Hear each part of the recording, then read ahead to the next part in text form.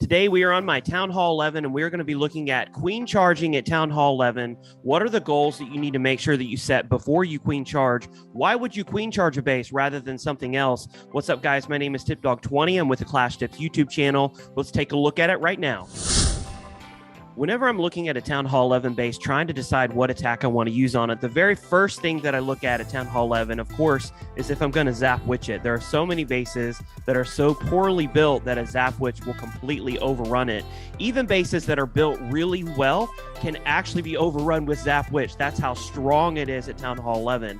But if you ever do some competitive play, or if you run across bases that are more league style, then sometimes you're not going to be able to Zap Witch when you really want to, but unfortunately you can't.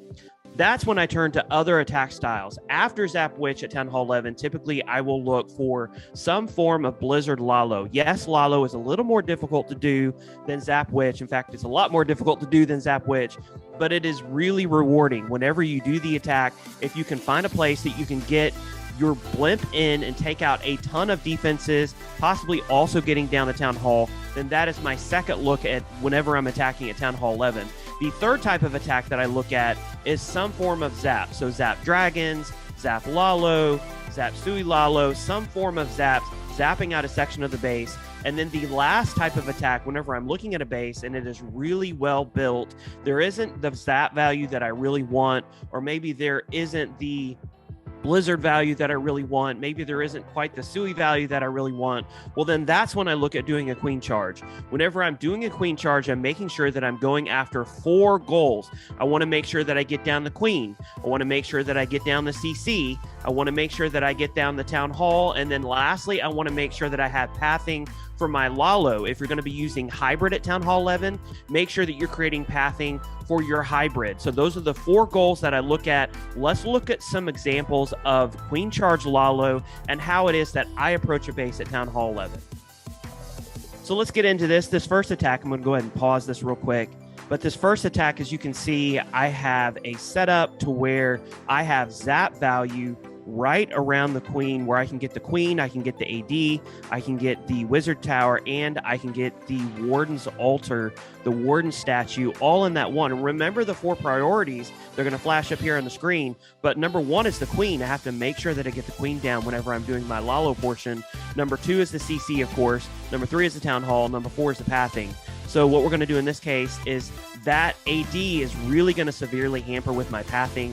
And with 5 zaps, you can take down a queen, a max queen at Town Hall 11. So I'm going to zap out that section, which completely opens up the base to a beautiful queen charge. I'm going to send in that sneaky goblin. That way I can make sure that my king can funnel up north. And that takes care of another one of my priorities, which is take down the Town Hall. The king at the same time is going to be serving double duty while he's taking down the Town Hall. He's also going to be drawing out those clan castle troops, so I don't have to worry about sending in a hog or anything like that to pull out the CC before that CC completely destroys my Lalo. Now I'm going to start my queen charge. Whenever I'm doing my queen charge, I want to make sure that I hold those healers. If I put those healers down too early, especially with my king and my queen so close together, I know that they love each other and they're all lovey-dovey. You got to make sure that they're apart before the healers choose which hero that they want to heal. And if you put them down too early and the queen is being targeted by defense, then those healers will go to the king. So make sure that you hold off just a bit. Make sure that your queen is under fire before you put down the healers. Make sure you put down a Coco Loon. Now at this point, my king has done the job of drawing the CC. I'm making sure that I funneled on the side so that my queen will go into that high damage section with all of those expos. I knew that there was probably Teslas, but the one thing that I did not count on in this attack was that Electro Dragon would target my healers.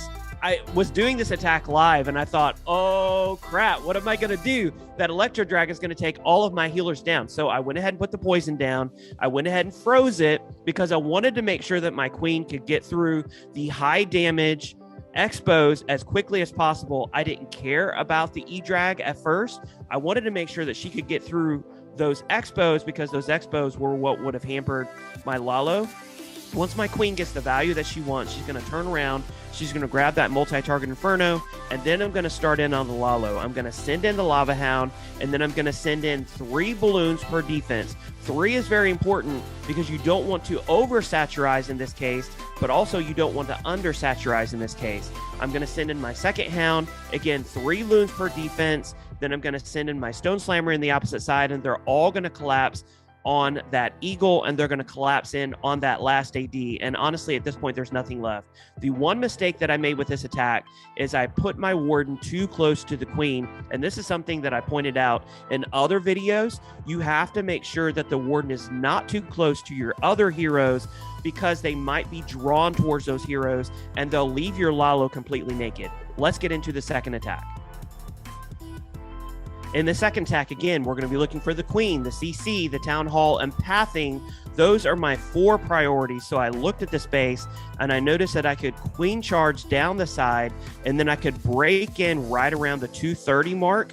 I'm going to be using my king to funnel. That way my queen will go into the base. My king will go around the base. I'm actually going to use some wall breakers, a super wall breaker, to make sure that he can get in down at the bottom. I'm not sure if he'll make it to that single target inferno. Right here, using a freeze on the enemy queen, especially when your queen is not under damage, is a next level IQ point. I see a lot of players who will throw down a rage, but there's no reason to burn a rage if a freeze will do the job. If you're coming up against an AQ versus the enemy BK, then a freeze typically will not work, because by the time that that freeze unfreezes or thaws, whenever that BK is ready to attack the queen again, you're going to have to use a second freeze. So against a BK, a lot of times it's actually better to throw down a rage, but versus the queen, versus the enemy queen, just using a freeze is completely fine. Now my queen has already gotten down the number 1 priority, which is the queen. She's taking care of the number 2 priority, which is the CC right here, able to draw out that CC, because that CC is going to be hugely damaging to my Lalo portion of the attack. Number 3 is I'm going to be taking down the town hall, which is another one of my priorities whenever I'm doing a queen charge. Now, the one thing that I have to watch is that single inferno tower, because my queen is going to go south, and I'm placing this rage. Typically, I'll place it for the benefit of the healers, but in this case, I'm actually placing it in front of the queen because there's not a lot of damage, and I'm going to send in my Lalo. I use my freeze here, not necessarily for the single target inferno, although I do get that benefit, but for the wizard tower. I want to make sure that splash damage has the least amount of damage onto my loon. Splash damage, in my opinion, is almost more deadly to a Lalo attack than air defenses. Of course, air defenses do a ton of damage, but if you have a pack of loons, a wizard tower can take them down in just a few shots. So you have to make sure that you're freezing those wizard towers if that's the case. Continuing the Lalo around, the queen is continuing her path on the inside. With the queen charge, I put down my Stone Slammer. Out of the Stone Slammer, what I like to have in this type of Queen Charge Lalo attack, really in any of my Lalo attacks, is I like to have a Dragon Rider and 2 loons. That's what I prefer to use in my Town Hall 11 attacks whenever I'm doing Queen Charge Lalo or whenever I'm doing Zap Lalo. Definitely preference, you can use all loons. I'll see some players who do that. You can put a dragon in if you're going after the queen. But attack number 2, let's go on to attack number 3. Now, on attack number 3, I know that this is a Town Hall 12, but the priorities are going to be the same. The only difference between Town Hall 12 and Town Hall 11, other than the size of your heroes are being much bigger than at Town Hall 11, is that the Town Hall is weaponized and there's an extra Inferno Tower. But whenever you're doing a Queen Charge Lalo, you want your priorities to be the same. You want to make sure that you get down the queen. You want to make sure that you get the CC. And I struggle with that a bit in this attack, but I want to watch how I kind of overcome those struggles, the mistakes that I made. Number 3, of course, you want to get down the town hall. And then number 4, you want to make sure that you create pathing for your Lalo. I'm going to funnel the king into that section. That way he can take the queen down. If the king had not taken down the queen, I did have the second option of my queen charge, getting the queen down. And I'm just slowly going to work my queen in towards the town hall, because remember, you have to go for the priorities. You have to go for those goals. This is the mistake that I made that I was talking earlier about using a freeze on the king.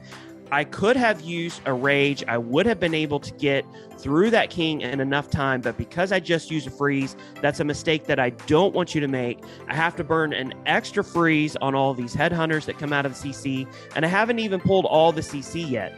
Once the queen has engaged that town hall, and I know that the town hall is going to go down, that's when I start the Lalo portion of the spread. I'm going to start with my Stone Slammer up top, creating the pathing, and then once that Stone Slammer gets out the defenses that I know that it needs to get, I'm going to put in my Lava Hound, and I'm going to path in my loons from the side. 3 loons per defense. The reason I'm doing 3 loons per defense is because after they take down those initial point defenses, then they're going to secondarily go to that Inferno Tower behind it. And yes, it takes more than 3 loons to get down an Inferno Tower, but because there's one behind 2 sets of point defenses, then they're already set up, ready to take down that Inferno Tower.